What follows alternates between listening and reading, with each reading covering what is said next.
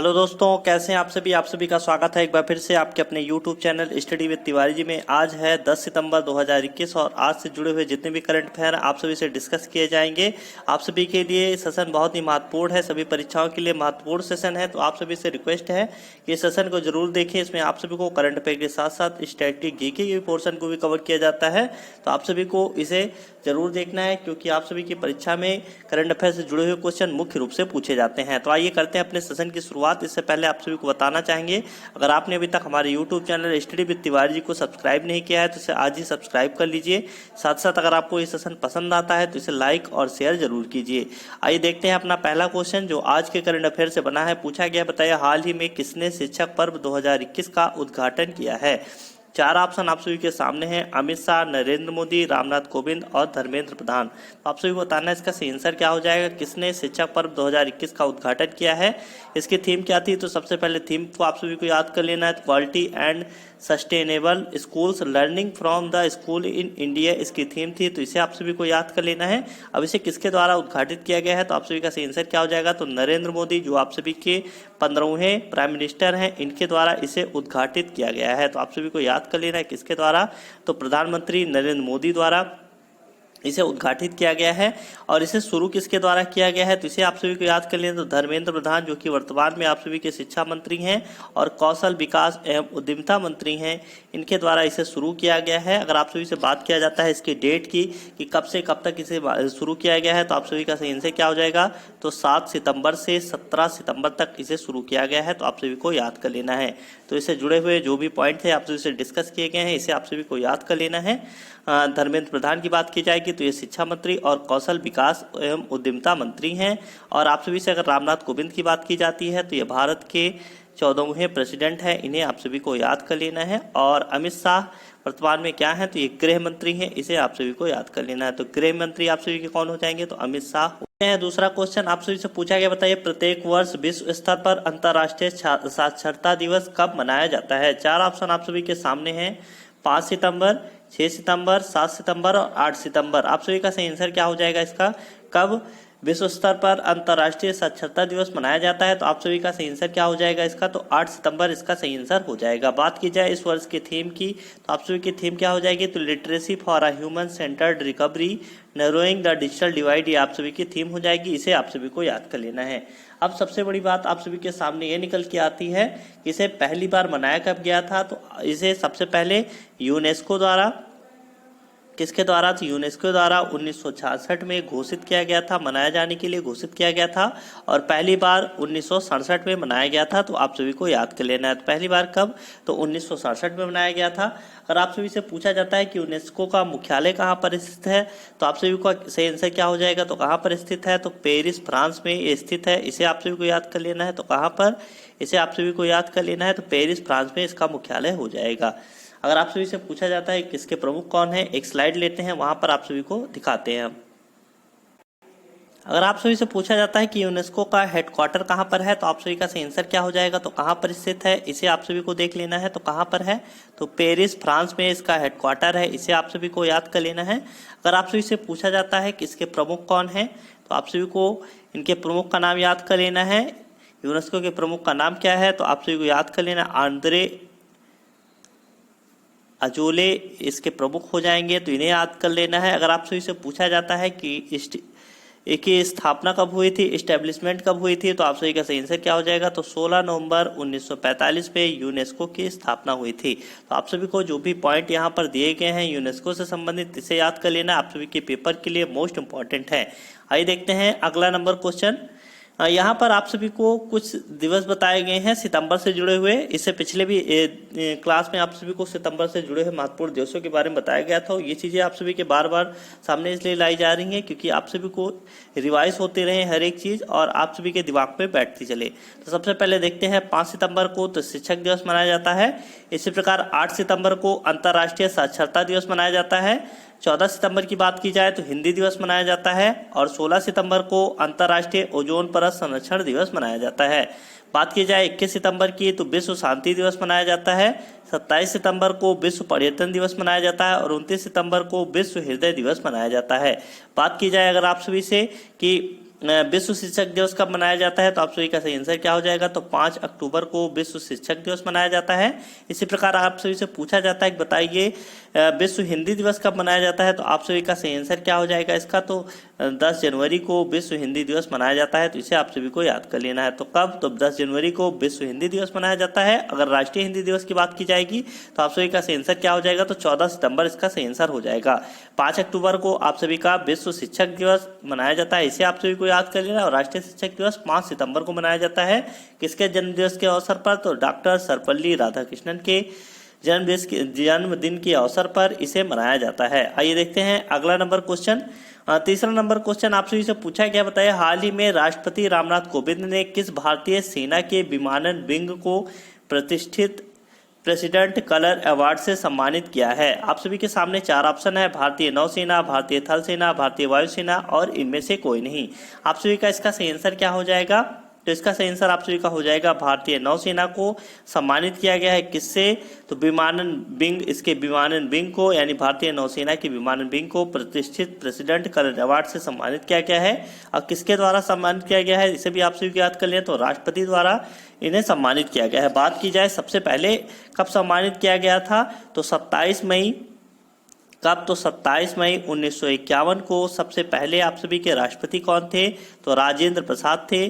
कौन? तो सबसे पहले राष्ट्रपति कौन थे? तो डॉक्टर राजेंद्र प्रसाद द्वारा सम्मानित किया गया था इस अवार्ड से भारतीय नौसेना को। आप सभी को याद कर लेना है। तो 27 मई 1951 को सबसे पहले राजेंद्र प्रसाद द्वारा भारतीय नौसेना को सम्मानित किया गया था। तब से आप सभी को याद कर लेना है, प्रत्येक वर्ष राष्ट्रपति द्वारा इसे सम्मानित किया जाता है, इसे आप सभी को याद कर लेना है। बात की जाए आप सभी से भारतीय नौसेना की, तो एक स्लाइड ऐड करेंगे और भारतीय नौसेना के बारे में आप सभी को बताएंगे। तो आप सभी को याद कर लेना, अगर आप सभी से पूछा जाता है कि भारतीय नौसेना दिवस कब मनाया जाता है, तो आप सभी को याद कर लेना है कब मनाया जाता है, तो 4 दिसंबर को मनाया जाता है। अगर आप सभी से पूछा जाता है कि इसके प्रमुख कौन है, तो आप सभी को याद कर लेना है इनके प्रमुख का नाम क्या है। अगर आप सभी से प्रमुख पूछा जाएगा तो कौन हो जाएंगे इसके प्रमुख? 24वें प्रमुख हैं नौसेना के। आप सभी को याद कर लेना है 24वें प्रमुख कौन हो जाएंगे, तो इनका नाम है एडमिरल करमबीर सिंह। आप सभी को याद कर लेना है कौन है, तो करमबीर सिंह हो जाएंगे। आप सभी को इनका नाम याद कर लेना है, तो कौन? करमबीर सिंह हो जाएंगे। अगर आप सभी से पूछा जाता है कि भारतीय सेनाओं का सर्वोच्च सेनापति कौन होता है, तो आप सभी का सही आंसर क्या हो जाएगा? तो कौन होता है? तो राष्ट्रपति। याद कर लेना आप सभी को, तो राष्ट्रपति सर्वोच्च सेनाओं का सर्वोच्च सेनापति होता है। कौन? तो राष्ट्रपति का नाम आप सभी को याद कर लेना। वर्तमान में आप सभी के राष्ट्रपति कौन है, तो रामनाथ कोविंद हो जाएंगे। कौन? तो रामनाथ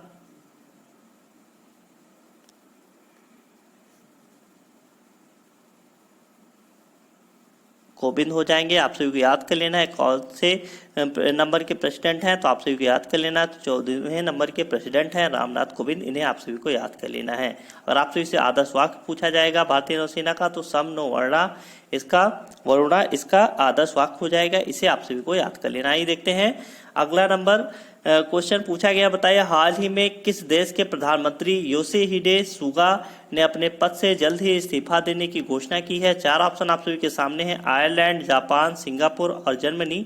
आप सभी को बताना है कहाँ के ये पीएम है जिन्होंने, इनका नाम है योशिहिडे सुगा, इन्होंने इस्तीफा देने की घोषणा की है। तो आप सभी का सही आंसर क्या हो जाएगा इसका? तो जापान इसका सही आंसर हो जाएगा।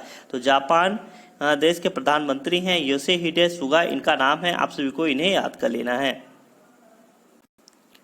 इसका सही आंसर आप सभी का क्या हो जाएगा? तो जापान हो जाएगा। अगर आप सभी से पूछा जाता है कि जापान की मुद्रा के बारे में, तो क्या हो जाएगा? तो जापानी येन हो जाएगी। कौन सी मुद्रा हो जाएगी? तो जापानी येन जापान की मुद्रा हो जाएगी। अगर आप सभी से पूछा जाता है कि जापान की राजधानी क्या है, तो आप सभी की लिए राजधानी क्या हो जाएगी जापान की? तो टोक्यो हो जाएगी, इसे आप सभी को याद कर लेना है। अगर आप सभी से पूछा जाएगा कि वर्तमान में राष्ट्रपति कौन है यहाँ के, तो आकिशिनो यहाँ के राष्ट्रपति हैं, इन्हें आप सभी को याद कर लेना है। तो कौन? आकिशिनो यहाँ के राष्ट्रपति हैं। तो जापान के राष्ट्रपति आकिशिनो हो जाएंगे, जापान की राजधानी टोक्यो हो जाएगी और जापान की मुद्रा जापानी येन हो जाएगी, इसे आप सभी को याद कर लेना है। आइए देखते हैं अगला क्वेश्चन पूछा गया, बताया हाल ही में किसे इंटरनेशनल रोड फेडरेशन इंडिया का नया अध्यक्ष नियुक्त किया गया है? 4 ऑप्शन आप सभी के सामने हैं, नासिर कमल, सतीश पारेख, अतुल भट्ट और वर्तिका शुक्ला। आप सभी को बताना है इसका सही आंसर क्या हो जाएगा। किसे इंटरनेशनल रोड फेडरेशन इंडिया का नया अध्यक्ष नियुक्त किया गया है? तो आप सभी का सही आंसर क्या हो जाएगा? तो सतीश पारेख इसका सही आंसर हो जाएगा। आप सभी को याद कर लेना है सतीश पारेख को। अब आप सभी से पूछा जाएगा अगर कि सतीश पारेख कहाँ पर किस पद पर विराजमान थे, तो आप सभी को याद कर लेना ये अशोक बिल्डकॉन के एमडी और प्रमोटर हैं। आप सभी को याद कर लेना है किसके? तो अशोक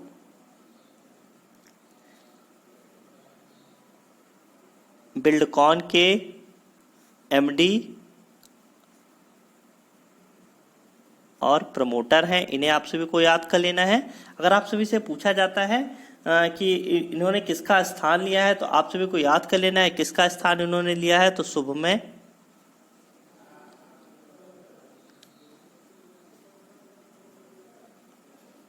गंगोपाध्याय का स्थान इन्होंने लिया है। तो आप सभी को याद कर लेना है किसका? तो शुभमय गंगोपाध्याय का स्थान इन्होंने लिया है, इन्हें आप सभी को याद कर लेना है। अब आप सभी से अगर पूछा जाता है कि इंटरनेशनल रोड फेडरेशन इंडिया की स्थापना कब हुई थी, किसकी? तो इंटरनेशनल रोड फेडरेशन की स्थापना कब हुई थी? तो आप सभी को याद कर लेना है वर्ष 1948 में इसकी स्थापना हुई थी। और इसका हेडक्वार्टर कहाँ पर स्थित है? तो इसे आप सभी को याद कर लेना है। इसका हेडक्वार्टर कहाँ पर हो जाएगा? तो जिनेवा स्विट्जरलैंड में इसका मुख्यालय हो जाएगा। इसे आप सभी को याद कर लेना है। तो जो भी पॉइंट एडिशनल आप सभी को दिए गए हैं इसे आप सभी को याद कर लेना है कि इंटरनेशनल रोड फेडरेशन का मुख्यालय कहाँ पर है? तो जिनेवा स्विट्जरलैंड पे है। इसकी स्थापना कब हुई थी? तो वर्ष 1948 में हुई थी। सतीश पारेख ने किसका स्थान लिया है? तो शुभमय गंगोपाध्याय का स्थान लिया है। और ये वर्तमान में कहाँ पर थे, किस पद पर थे? तो अशोक बिल्डकॉन के एमडी और प्रमोटर हैं, इन्हें आप सभी को याद कर लेना है। आप सभी के लिए इंपॉर्टेंट पॉइंट है जो भी यहाँ पर आप सभी से डिस्कस किए गए हैं। आइए देखते हैं अगला क्वेश्चन। पूछा गया बताए निम्नलिखित में से किसे बाहलर कछुआ संरक्षण पुरस्कार से सम्मानित किया गया है? चार ऑप्शन आप सभी के सामने हैं। एलेजांद्रो प्रीतो, दोरजे अंगचुक, शैलेंद्र सिंह और इनमें से कोई नहीं। आप सभी का सही आंसर क्या हो जाएगा इसका? तो शैलेंद्र सिंह इसका सही आंसर हो जाएगा। आप सभी को शैलेंद्र सिंह को मार्क कर लेना है। अगर आप सभी से पूछा जाएगा कि बाहलर कछुआ संरक्षण पुरस्कार की शुरुआत कब की गई थी, किस वर्ष की गई थी, तो आप सभी को याद कर लेना है वर्ष 2006 में इसकी शुरुआत की गई थी। इसे आप सभी को याद कर लेना है, आप सभी के लिए इंपॉर्टेंट पॉइंट है। बात की जाए एलेजांद्रो प्रीतो की, तो आप सभी को याद कर लेना है इन्हें bird photographer of the year का पुरस्कार मिला है। किसे? तो bird photographer of the year का पुरस्कार इन्हें प्राप्त हुआ है। आप सभी को याद कर लेना है। अगर आप सभी से पूछा जाएगा कि किस चिड़िया की फोटो इन्होंने खींची थी, तो रोड रनर की फोटो खींची थी। रोड रनर बर्ड की फोटो इन्होंने खींची थी, जिसके लिए इन्हें बर्ड फोटोग्राफर 2021 का पुरस्कार प्राप्त हुआ है। आप सभी को याद कर लेना है। आइए देखते हैं अगला नंबर क्वेश्चन। पूछा क्या बताए शिक्षा को हमले से बचाने के लिए अंतर्राष्ट्रीय दिवस कब मनाया जाता है? चार ऑप्शन आप सभी के सामने हैं। 9 सितंबर, 10 सितंबर, 8 सितंबर और 7 सितंबर। तो आप सभी का सही आंसर क्या हो जाएगा कि शिक्षा को हमला से बचाने के लिए अंतर्राष्ट्रीय दिवस कब मनाया जाता है? तो आप सभी का सही आंसर इसका क्या हो जाएगा? तो 9 सितंबर इसका सही आंसर हो जाएगा। तो आप सभी को इसे मार्क कर लेना है। अब बात की जाती है इसे किसके द्वारा शुरू किया गया था, तो इसे किसके द्वारा शुरू किया गया था? तो यूनेस्को के द्वारा, साथ ही साथ यूनिसेफ के द्वारा इसे शुरू किया गया था। तो आप सभी को ये याद कर लेना है किसके द्वारा? यूनेस्को और यूनिसेफ द्वारा की पहल पर इसे शुरू किया गया था। अब बात की जाए यूनेस्को की, तो इसका मुख्यालय कहाँ पर है? तो हमने आप सभी को बताया था कहाँ पर है इसका मुख्यालय, तो पेरिस फ्रांस में इसका मुख्यालय है। अगर आप सभी से यूनिसेफ की बात की जाएगी तो इसका मुख्यालय कहाँ पर है? तो न्यूयॉर्क USA में इसका मुख्यालय स्थित है। कहाँ पर? तो न्यूयॉर्क संयुक्त राज्य अमेरिका में इसका मुख्यालय स्थित है। बात की जाए यूनेस्को के प्रमुख के कौन है? तो आंद्रे अजोले हो जाएंगे। कौन? तो आंद्रे अजोले इसके प्रमुख हो जाएंगे। किसके? तो यूनेस्को के। अगर आप सभी से यूनिसेफ के प्रमुख की बात की जाती है तो हेन रीटा कौन हो जाएंगे? तो हेन रीटा H4 हो जाएंगे। आप सभी को याद कर लेना है। अगर आप सभी से पूछा जाता है कि यूनेस्को की स्थापना कब हुई थी, तो 16 नवंबर 1945 में इसकी स्थापना हुई थी। किसकी? तो यूनेस्को की। अगर आप सभी से यूनिसेफ की बात की जाएगी किसकी स्थापना कब हुई थी, तो कब हुई थी इसे आप सभी को याद कर लेना। तो 11 दिसंबर कब? तो 11 दिसंबर 1946 को आप सभी को याद कर लेना है। तो 11 दिसंबर 1946 को यूनेस्को की स्थापना हुई थी और 16 नवंबर 1945 को यूनेस्को की स्थापना हुई थी।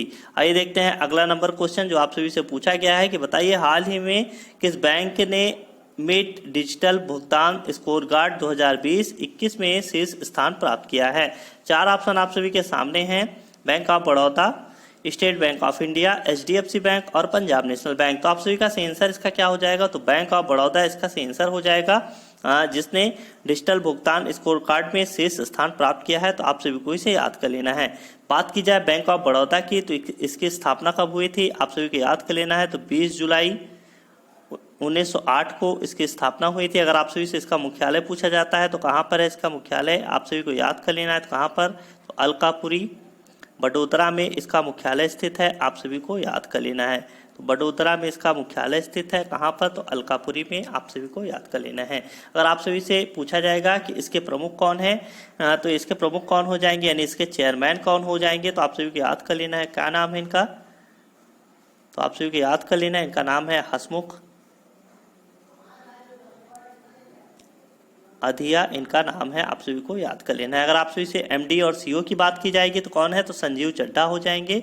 क्या नाम है इनका? तो संजीव चड्ढा हो जाएंगे। आप सभी को याद कर लेना है कौन है। तो ये MD और CO हैं बैंक ऑफ बड़ौदा के वर्तमान में, और हसमुख अधिया वर्तमान में चेयरमैन है। इसे आप सभी को याद कर लेना है। अलकापुरी बड़ोदरा में इसका मुख्यालय स्थित है। इसे आप सभी को याद कर लेना है। और 20 जुलाई 1908 में इसकी स्थापना हुई थी। इसे आप सभी को याद कर लेना है। आइए देखते हैं अगला क्वेश्चन पूछा गया। हाल ही में केंद्र सरकार ने भारतीय निर्यात आयात बैंक यानी एग्जिम बैंक का नया MD नियुक्त किया है। 4 ऑप्शन आप सभी के सामने हैं। आदित्य पुरी, दिनेश खारे, रजनीश कुमार, हर्ष भूपेंद्र बंगारी। आप सभी का सही आंसर क्या हो जाएगा इसका? तो हर्ष भूपेंद्र बंगारी इसका सही आंसर हो जाएगा, जिन्हें एग्जिम बैंक का क्या नियुक्त किया गया है? तो एग्जिम बैंक का MD नियुक्त किया गया है। आप सभी को याद कर लेना है। अब आप सभी से बात की जाती है कि एग्जिम बैंक की स्थापना कब हुई थी, तो आप सभी को याद कर लेना है कब इसकी स्थापना हुई थी। तो वर्ष 1982 में इसकी स्थापना हुई थी। अगर आप सभी से पूछा जाएगा कि इसके अध्यक्ष कौन है वर्तमान में, तो आप सभी को याद कर लेना इनका नाम क्या है? तो डेविड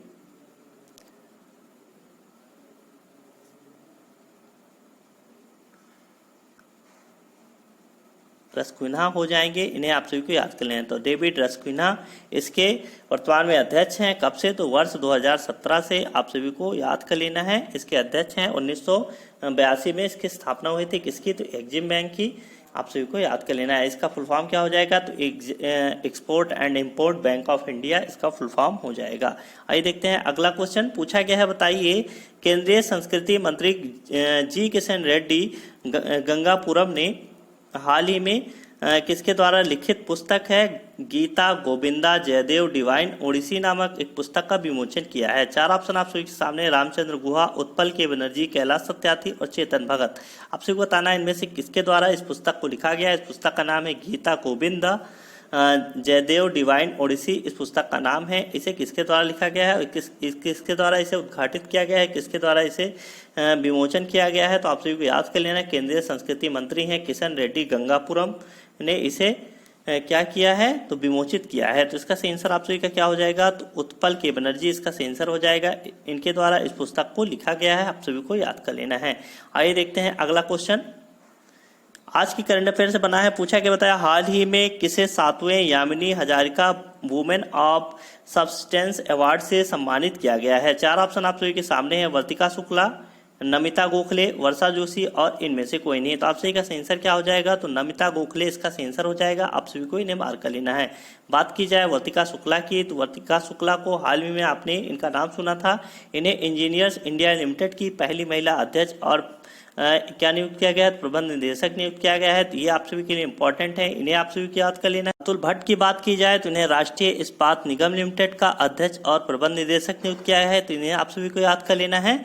SL त्रिपाठी की बात की जाए तो इन्हें यूनाइटेड इंडिया इंश्योरेंस के अध्यक्ष सा प्रबंध निदेशक का कार्यभार दिया गया है। आप सभी को याद कर लेना है। और S रमेश को भारतीय पेट्रो रिसोर्सेज लिमिटेड यानी BPRL के MD के रूप में नियुक्त किया गया है। तो आप सभी को इन्हें भी याद कर लेना है। आइए देखते हैं अगला क्वेश्चन।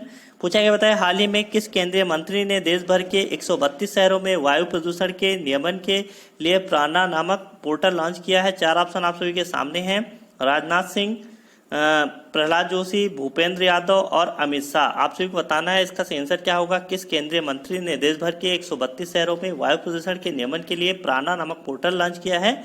बात की जाए प्राणा नामक पोर्टल की फुल फॉर्म की, तो portal of regulation of air pollution in non attainment cities इसका फुल फॉर्म हो जाएगा। तो आप सभी को प्रत्येक अक्षर का मतलब जान लेना है, आप सभी के लिए इंपॉर्टेंट है। तो पी से आप सभी का हो जाएगा पोर्टल, आर से हो जाएगा रेगुलेशन, ए से आप सभी का क्या हो जाएगा तो एयर पोल्यूशन हो जाएगा, एन से नॉन अटेनमेंट हो जाएगा। आप सभी को याद कर लेना है।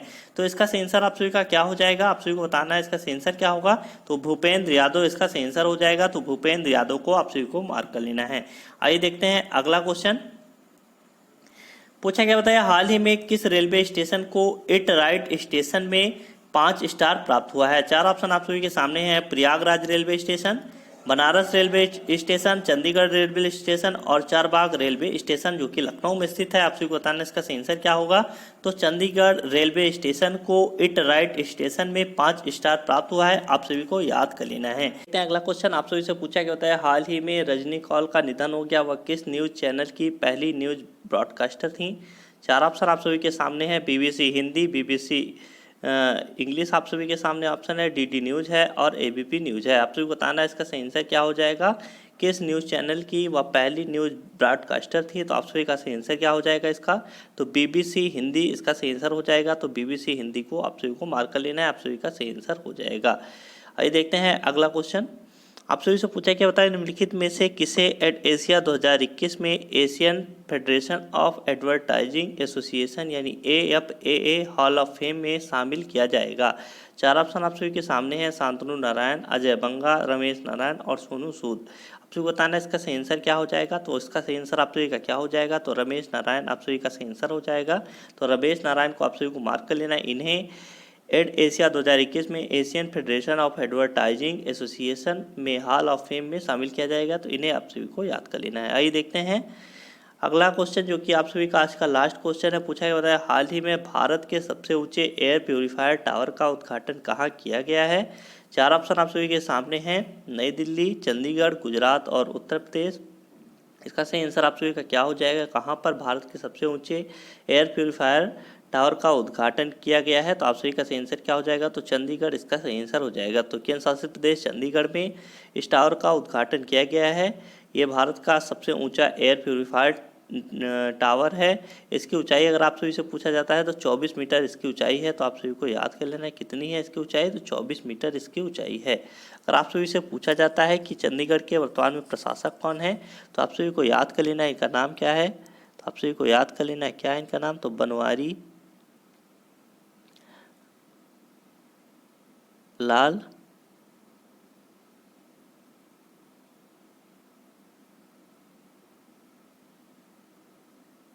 पुरोहित को आप सभी को याद कर लेना है। वर्तमान में ये चंडीगढ़ के प्रशासक हैं। तो आप सभी को बनवारी लाल पुरोहित को याद कर लेना है, क्योंकि चंडीगढ़ से जुड़ा हुआ पॉइंट ये आप सभी से पूछा जा सकता है। तो आज के सेशन में इतना ही। आप सभी को सेशन देखने के लिए बहुत बहुत धन्यवाद। आप सभी को बताना चाहेंगे कि आप सभी का ये 10 सितंबर 2021 का करंट अफेयर था। आप सभी के लिए जो भी क्वेश्चन यहाँ पर शामिल किए गए बहुत ही महत्वपूर्ण क्वेश्चन शामिल किए गए हैं। तो आप सभी से रिक्वेस्ट है कि रोज़ आप सभी हमारी करंट अफेयर के सेशन के साथ जुड़ा कीजिए। इससे आप सभी को फ़ायदा क्या होगा कि आप सभी को एग्ज़ाम की बेहतरीन तैयारी मिलती रहेगी, क्योंकि आप सभी के लिए करंट अफेयर का क्वेश्चन मुख्य रूप से आपकी परीक्षा में पूछा जाता है। तो आप सभी को अभी से करंट अफेयर की तैयारी करनी है, जिससे आने वाले सेशन में आने वाली परीक्षा में आप सभी पहले से करंट अफेयर के लिए तैयार रहें। और जो भी टाइम आप सभी का बचता है उसमें से आप सभी को रिवाइज करना रहे और आप आसानी से करंट अफेयर के क्वेश्चन को अपने पेपर में करके आ जाएं। तो आज के सेशन में इतना ही। आप सभी को हम दोबारा मिलेंगे कब, तो 11 सितंबर 2021 के करंट अफेयर में। तब तक के लिए नमस्कार, जय हिंद।